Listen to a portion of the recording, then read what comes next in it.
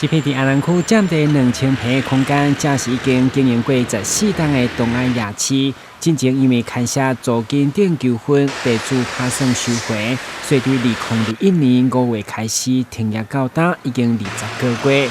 不过现在地主找到有成功经验的新团队以后，同意出租。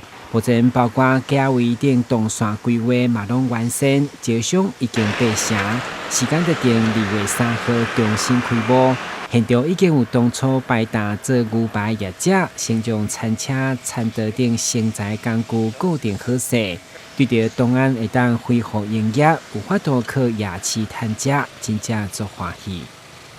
多订差不多1档外，无经营，无这夜市是真久啊，然后14、15档啊，系啊，多抢住多，这位头家有心特别互这店，互伊较努力的，爱倒来用遮，互阮遮团员落去做，系啊，哎呀，足期待，系真好，系啊，希望安尼，阮也好啊，店也好，要食一点心的啦，带囡仔散步，拢袂歹。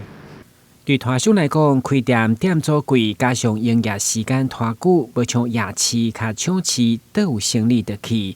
业者表示，虽然这算是社区型，不过拢有300-400档的盛况，买起嘛袂输大型夜市，更是一阿兰区乡亲的回忆。希望重新开幕以后，找回怀念的滋味，再创欢迎。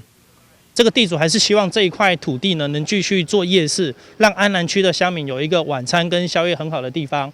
因此来找上我们这个新的团队。那我们过去有一些其他的一些开办跟创立夜市管理的经验。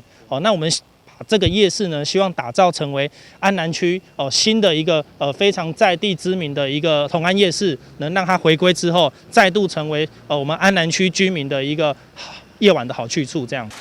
为了庆祝新开幕，2月3号到2月7号期间，业者推出现金100兑换150块的消费券等限定好礼，欢迎大家好康到小报。